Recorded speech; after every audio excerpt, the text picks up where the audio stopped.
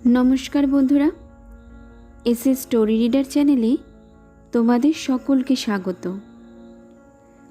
আজ যে ভৌতিক ঘটনাটি তোমাদের শোনাতে চলেছি তার নাম রাত যখন আড়াইটে। এই গল্পটির প্রথম ভাগটি আজ তোমাদের শোনাতে চলেছি। তবে চলো শুনে নেওয়া যাক। বাইরে ঝড় বৃষ্টির তাণ্ডব ক্রমে বেড়েই চলেছে। এই অসময়ে হঠাৎ কেন যে বৃষ্টি আরম্ভ হলো কে জানে। ভাগ্য ভালো যে ঠিক টাইমে অফিস থেকে বাড়ি ফিরতে পেরেছি, না হলে কাক ভেজা হওয়ার থেকে কেউ বাঁচাতে পারত না। মায়াদি রাতের খাবার রান্না করে দিয়ে গেছে, শুধু একটু গরম করে নিলেই হয়ে যাবে। সে পরে হবে ক্ষণে, এখন একটু জমিয়ে কফি খাওয়া যাক।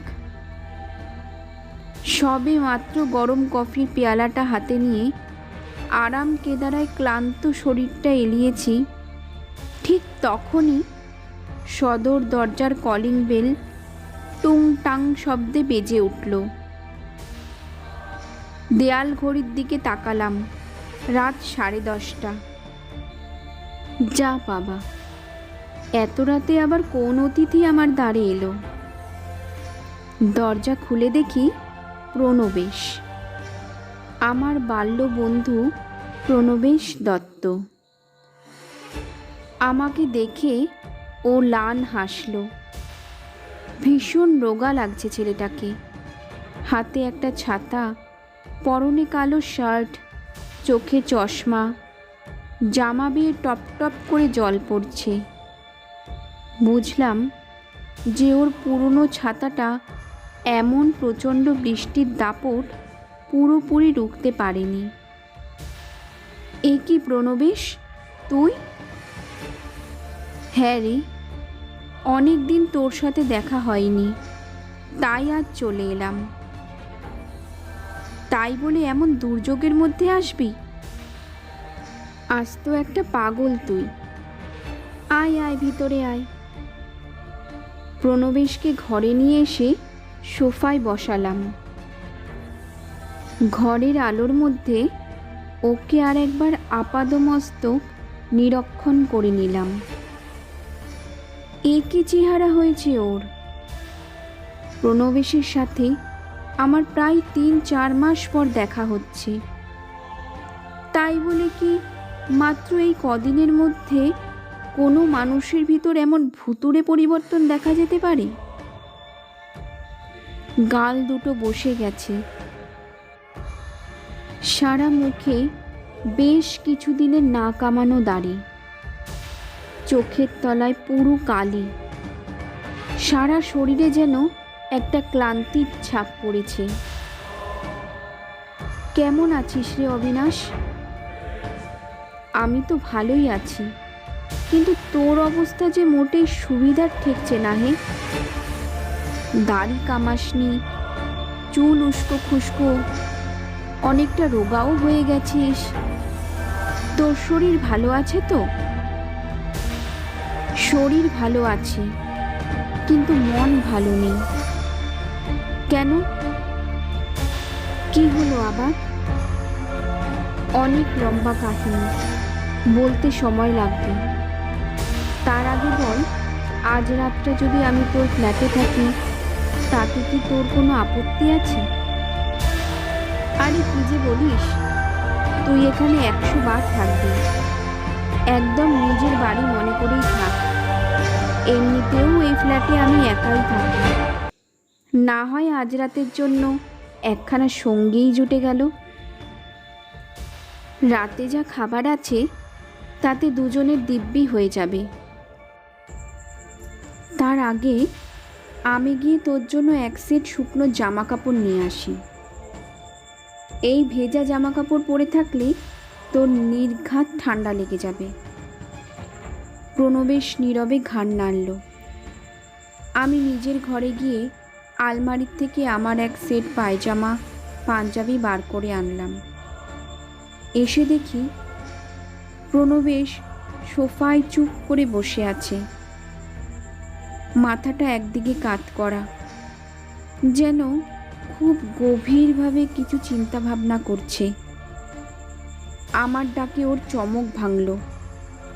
এই নে, ভেজা জামা কাপড়গুলো ছেড়ে এই পায়জামা পাঞ্জাবিটা পরে নে। আমি রাতে খাবার গরম করছি, তুই চেঞ্জ করে বাথরুম থেকে হাত মুখ ধুয়ে টেবিলে এসে বস। ডাইনিং টেবিলে বসে প্রণবেশের থালায় মাছের ঝোলের সঙ্গে ধোয়া ওঠা গরম ভাত বাড়তে বাড়তে জিজ্ঞাসা করলাম, এবার ধীরে সুস্থে গুছিয়ে পুরোটা বল তো দেখি, কি এমন কাণ্ড ঘটল যার জন্য তোর মনটা এত খারাপ? বাড়িটা আমার শ্যুট করছে না রে। কোন বাড়িটা? আরে আমার ওই নতুন বাড়িটা। বলিস কি?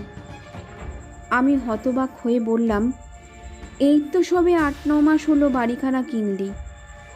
কত সুন্দর বাড়ি, কারিখানেক টাকা খসিয়ে কত শখ করে কিনেছিলি। রাতারাতি এমন কি ঘটলো যে বাড়িটা তোর শ্যুট করলো না? হ্যাঁ, তুই ঠিকই বলেছিস। প্রণবেশ একটা দীর্ঘশ্বাস ছাড়ল। আমার বহু দিনের শখ ছিল যে একটা বিশাল বড় রাজপ্রাসাদের মতো বাড়ি কিনব। তাই ওই জমিদার বাড়িটা কিনতে আমি আমার উপার্জনের প্রায় সব টাকাই ঢেলে দিয়েছিলাম। এতদিন সব ঠিকই ছিল, কিন্তু গত 1 মাস ধরে সব কিছুই কেমন যেন গোলমাল হয়ে যাচ্ছে রে। গোলমাল? কী রকমের গোলমাল? আমার কথাগুলো তুই বিশ্বাস করবি? অবশ্যই করব। প্রণবেশ বার দুয়েক ঢোক গিলে বলল, ওই বাড়িটা ভালো নয় রে অবিনাশ। বাড়িটার উপর কোনো অতৃপ্ত আত্মার ছায়া জড়িয়ে আছে। রাত 2:30 বাজলেই বাড়িটার উপর অন্ধকারের এক অশুভ কালো আবরণ নেমে আসে। ওই অতৃপ্ত আত্মাগুলো আমাকে বাঁচতে দেবে না রে, বাঁচতে দেবে না। উত্তেজনার বশে শেষের কথাগুলো বেশ চিৎকার করে বলে উঠল প্রণবেশ। আমি পাথরের মূর্তির মতো বসে রইলাম। এসব কি বলছে ছেলেটা? অতৃপ্ত আত্মা, অশুভ ছায়া, এইসবের মানে কি? শোন, তুই আগে একটু শান্ত হয়ে আমাকে পুরো ব্যাপারটা খুলে বল। ভয়ের কিচ্ছু নেই।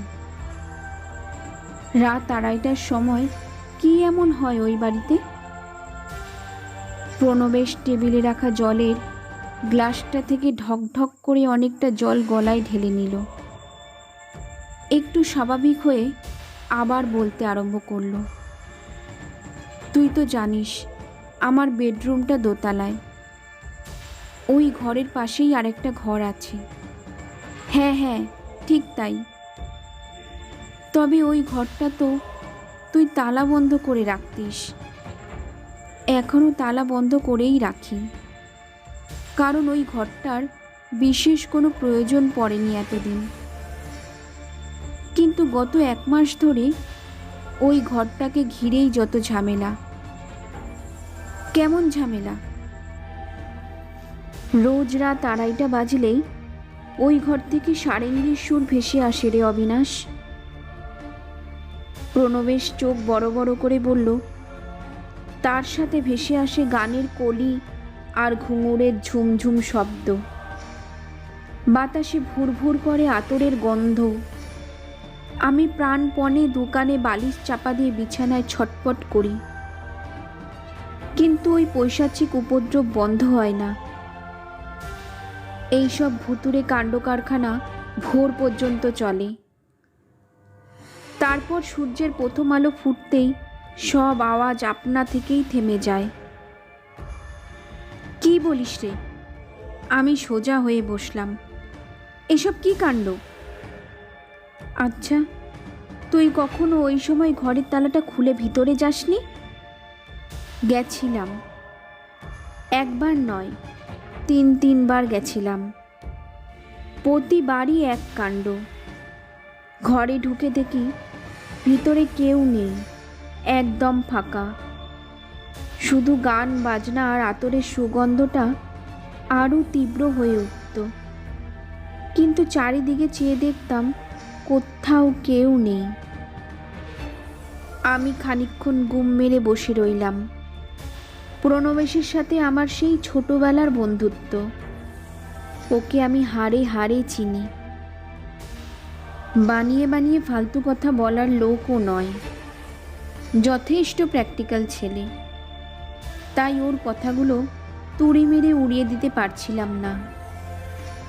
আবার পুরোপুরি সব কিছু বিশ্বাস করতেও খটকা লাগছিল।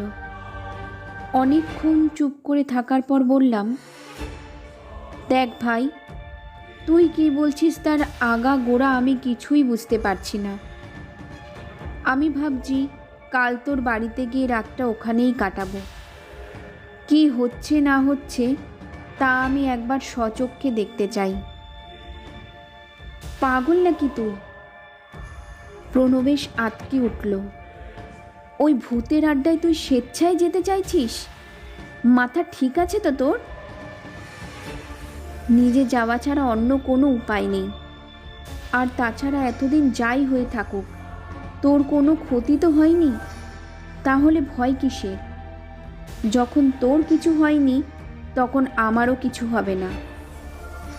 ক্ষতি হয়নি তবে হতে কতক্ষণ?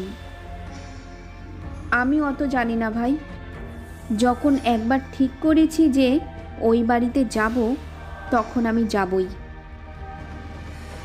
বেগতিক দেখে প্রণবেশ চুপ করে গেল। দুজনেই ক্লান্ত ছিলাম, তাই রাতের খাওয়া সেরে তাড়াতাড়ি শুয়ে পড়লাম। এই বিষয়টা নিয়ে আমাদের মধ্যে আর কোনো আলোচনা হলো না। পরের দিন ঘুম ভাঙতে বেশ বেলা হলো। স্নান আর প্রাতরাশের পাট চুকিয়ে সব কিছু গোছগাছ করে বেরোতে বেরোতে আমাদের প্রায় 11:30 হয়ে গেল। এখান থেকে ওর বাড়িটা বেশ দূর। ট্যাক্সিতে প্রায় ঘন্টা দেড়েক লেগে যায়। ট্যাক্সিতে বসে প্রণবেশ একটা কথাও বলল না, মুখ গোমড়া করে চুপচাপ বসে রইল। বুঝলাম ছেলেটা মনে মনে ভীষণ ভয় পেয়েছে। এমন প্রাণোচ্ছল একজন মানুষের মধ্যে এই ধরনের পরিবর্তন দেখে বড্ড মায়া হলো। না, ব্যাপারটা খুঁটিয়ে দেখতেই হচ্ছে। কী এমন ভৌতিক চক্রান্ত চলছে ওই বাড়িতে, যা ওকে মানসিকভাবে এতটা ভেঙে দিয়েছে? আমাদের গন্তব্যে পৌঁছনোর কথা দুপুর 2টোর আগেই, কিন্তু যানজটের কল্যাণে আমরা যখন বাড়ির দোরগোড়ায় এসে পৌঁছালাম, তখন ঘড়ির কাঁটা ঝাড়া 3:30 পার। ট্যাক্সি থেকে নেমে অল্প কিছুটা পথ পায়ে হেঁটেই যেতে হয়। দূর থেকেই বাড়িটা চোখে পড়ে, বিশাল অট্টালিকার সমান বাড়ি। প্রণবেশের মুখেই শুনেছিলাম এটা ছিল এই অঞ্চলের জমিদারদের বাসভবন। তারপর অনেক হাত ঘুরে শেষমেশ এখন এর মালিকানা ওর হাতে। এর আগে একবার এসেছিলাম এইখানে, যখন বাড়ির গৃহপ্রবেশ অনুষ্ঠান হয়েছিল। সত্যি বলতে তখন বাড়িটাকে একদম পুরো হানাবাড়ির মতোই লেগেছিল। দীর্ঘদিনের অযত্নের ফলে সামনের বাগানটাও একটা আস্ত জঙ্গলে পরিণত হয়েছিল। তবে প্রণবেশ লোক লস্কর লাগিয়ে কিছুদিনের মধ্যেই বাড়িটার ভুল পাল্টে ফেলেছে। বাড়ি পরিষ্কার আর রং করানো তো বটেই, ও বাগানটাকেও একদম তৈরি করে ফেলেছে নিজের হাতে। এমনিতেই গার্ডেনিং করার প্রতি বরাবরই ওর ঝোঁক ছিল, কিন্তু আজ বাড়িটার অবস্থা স্বচক্ষে দেখে বুঝলাম। প্রণবেশের নান্দনিক বোধটাও অতি প্রখর। বাগানের মাঝে একটা সুন্দর ফোয়ারা লাগিয়েছে। সব মিলিয়ে বলতে গেলে বাড়িটা আবার ফিরে পেয়েছে নিজের পুরাতন স্বরূপ। প্রণবেশ আমার মতো ব্যাচেলার মানুষ, বিয়ে থা করেনি। বাড়িতে ওকে ছাড়া আরও 3 জন জীবিত প্রাণী থাকে। ওদের পরিবারের বহুকালের পুরনো কাজের লোক শুভ্রাদি, বাগানের পরিচর্যার জন্য সনাতন দা, আর 3য় জন হলো প্রণবেশের পোষা হাউন্ড বক্সার। এই বক্সারই হলো ওর সর্বক্ষণের সঙ্গী। এই বাড়িতে শিফট করার পর থেকেই বক্সার কেমন যেন অদ্ভুত আচরণ করতে শুরু করেছে। প্রণবেশ চাবি ঘুরিয়ে বাড়ির সদর দরজার তালাটা খুলে ফেলল। কিছু খেতে চায় না, সারাদিন শুধু ওই তালাবন্ধ ঘরটার সামনে বসে গজরাতে থাকে। আগেও আমাকে চোখে হারাতো, কিন্তু এখন আমার কাছেও খুব একটা আসতে চায় না। বাড়ির ভিতরটাও বেশ ভালো সাজিয়েছে প্রণবেশ। ছেলেটার টেস্ট আছে বলতে হবে। বেশ মনে হচ্ছিল যেন আজ থেকে প্রায় 200 বছর আগেকার কোনো বনেদি বাড়িতে এসে দাঁড়িয়েছি। সারাটা দিন গল্পগুচ্ছ করে খাওয়া দাওয়া করেই কাটিয়ে দিলাম। কিছুক্ষণের মধ্যেই সন্ধ্যা নামলো। আরও খানিকক্ষণ পরে গুটি গুটি পায়ে নামলো রাতের আধার।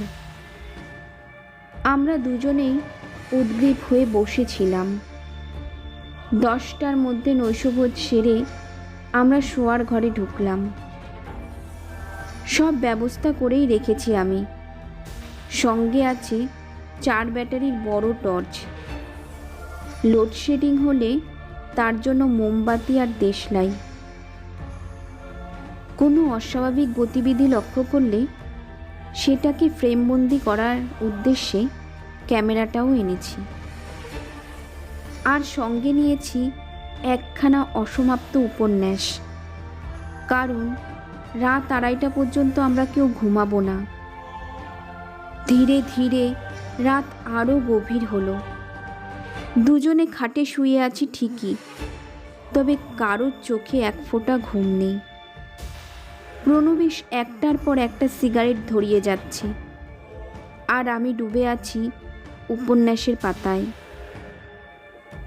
ঘরের মধ্যে অস্বস্তিকর নীরবতা বিরাজ করছে। ঘরের একপাশে দাঁড়িয়ে থাকা বিশাল আকার গ্র্যান্ডফাদার ক্লকটা থেকে থেকে সময়ের জানান দিয়ে যাচ্ছে গুরু গম্ভীর শব্দে। রাত 11টা বাজল, তারপর 12টা, 1টা, 1:30টা। আমি প্রমাদ গুনলাম, আর মাত্র 1 ঘন্টার অপেক্ষা। আচ্ছা, যদি এমন হয় যে আজ রাতে কিছুই হলো না, তখন কি হবে? সবই যদি আজ স্বাভাবিক থাকে, আমার তো এখানে আসাটাই মাটি হবে তাহলে। সে যাই হোক, দেখা যাক কি হয়। ঢং ঢং করে ঘড়িটা 2বার বেজে আবার নিশ্চুপ হয়ে গেল। রাত 2টো। আর চোখে প্রণবেশের দিকে তাকালাম। দেখলাম ও খাটের এক কোণে জড়সড় হয়ে বসে আছে। চোখে মুখে ভয়ের ছাপ সুস্পষ্ট। আমি বেশি পাত্তা না দিয়ে আবার বইয়ের পাতায় মনোনিবেশ করলাম। অবিনাশ, শোন না। বল। আর তো 8 ঘন্টা বাকি, কি হবে বলতো? শেষমেশ নিজের ঝামেলায় তোকে জড়িয়ে কোনো ব্লান্ডার করে ফেললাম না তো? যদি তোর কোনো চরম ক্ষতি হয়ে যায়?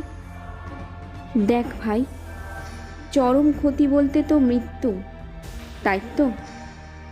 মরতে তো আমাদের সবাইকে হবে, কিন্তু ভয়ে ভয়ে প্রতিনিয়ত মরার চাইতে ভয়ের কারণটা জানতে গিয়ে প্রাণ হারানো আমার কাছে অনেক শ্রেয়। প্রণবেশ চুপ করে গেল। আমিও আবার উপন্যাসে মন দিলাম।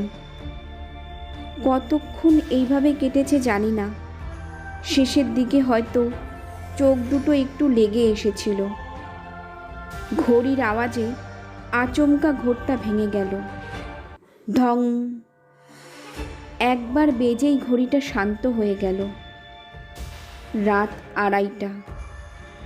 প্রণবেশের প্রবল ঝাঁকুনিতে আমি ধড়মড়িয়ে উঠে বসলাম।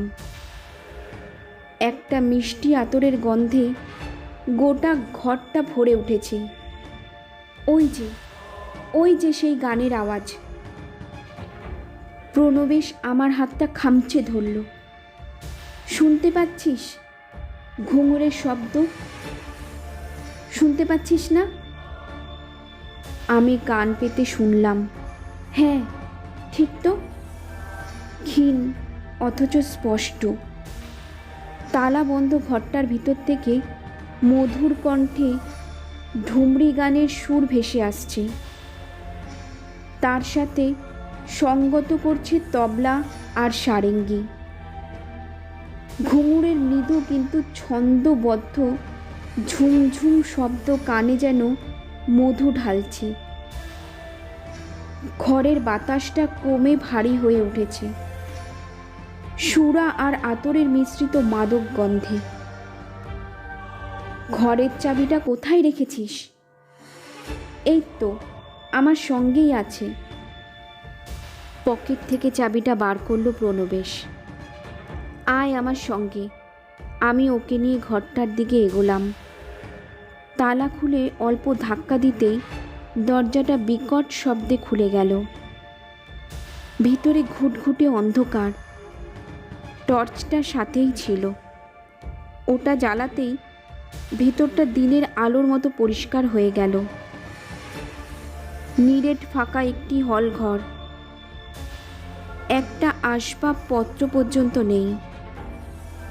শুধু প্রকাণ্ড একখানা ঝাড়বাতি সিলিং থেকে ঝুলছে।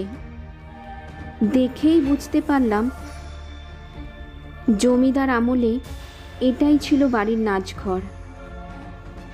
ঘরে কেউ ছিল না, তবুও যেন ঘরটা খোলা মাত্র নাচ গানের আওয়াজ আর আতরের গন্ধটা আরও বেশি তীব্র হয়ে উঠল। ঠিক যেন এক অদৃশ্য জলসাঘরে এসে পড়েছি আমরা দুজন। এখানে সবই আছে, শুধু আমরা চোখে দেখতে পাচ্ছি না। এখানে আমাদের উপস্থিতি যেন একান্ত অপ্রয়োজনীয়। ভিতরে আয় তো। আমি প্রণবেশকে ডাকলাম। একটু খুঁজে দেখি আওয়াজটা কোত্থেকে আসছে। প্রকাণ্ড হলঘর। ঘুঙুরের শব্দটা যেন প্রতিটা দেওয়ালে ধাক্কা খেয়ে বারবার প্রতিধ্বনিত হচ্ছে। আমি দেয়ালে কান পেতে শোনার চেষ্টা করলাম। শব্দ থাকলে তার উৎস তো থাকবেই। ওই ভেবে দেয়ালে আড়ি পেতে আমি ঘরটা প্রদক্ষিণ করতে লাগলাম। একটা জায়গায় এসে হঠাৎ যেন আওয়াজটা অনেক বেশি জোরালো হয়ে উঠল। দেয়ালের ওই অংশে টর্চের আলো ফেললাম। ভালো করে খুঁটিয়ে দেখে বুঝলাম দেয়ালের ওই স্থানটি বাকি জায়গার তুলনায় অনেক বেশি মসৃণ। দুবার ঠক ঠক করে ওই জায়গাতে আঘাত করতেই একটা ফাঁপা শব্দ হলো।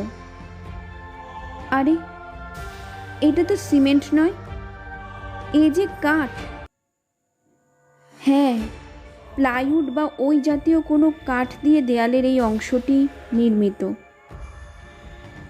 প্রণবেশ, তোর কাছে কি কাঠ ভাঙার মতো কোনো কুড়ুল টুরুল আছে? হ্যাঁ, সনাতনদা তো বাগানের কাজকর্ম করে, তার কাছে থাকতে পারে। কিন্তু তোর হঠাৎ কুড়ুলের কি দরকার? আহ, বাজে প্রশ্ন করিস না। তাড়াতাড়ি কুড়ুলটা নিয়ে আয়, আর পারলে সনাতনদাকেও ধরে আনবি। প্রণবেশ আর বাক্য ব্যয় না করে তাড়াতাড়ি বেরিয়ে গেল। মিনিট 5 মধ্যেই ফিরে এলো। ওর সঙ্গে হাতে কুড়ুল নিয়ে হাজির হলো সনাতনদা। বলিষ্ঠ হাতের শক্তিশালী প্রহার পড়তে লাগলো দেয়ালের গায়ে। কুড়ুলের 7-8টা কোপেই পাতলা কাঠের চাদর ভেঙে ফেললেন সনাতন দা। তারপর আরও কিছুটা কসরত করে কাঠের তৈরি পুরো অংশটাকেই চড়মড় শব্দে উপড়ে ফেললেন। এখন দেয়ালের ওই জায়গাতে এক বিরাট গহ্বর সৃষ্টি হয়েছে। টর্চের আলো ফেললাম সেই মুখের ভিতরে। দেখতে পেলাম প্রায় 12-13 ধাপ নড়বড়ে লোহার সিঁড়ি পাতালে নেমে গেছে। নিচে একটা ছোট্ট তালঘর মতো চোখে পড়ল, যেন আমাকেই বারবার হাতছানি দিয়ে ডাকছে।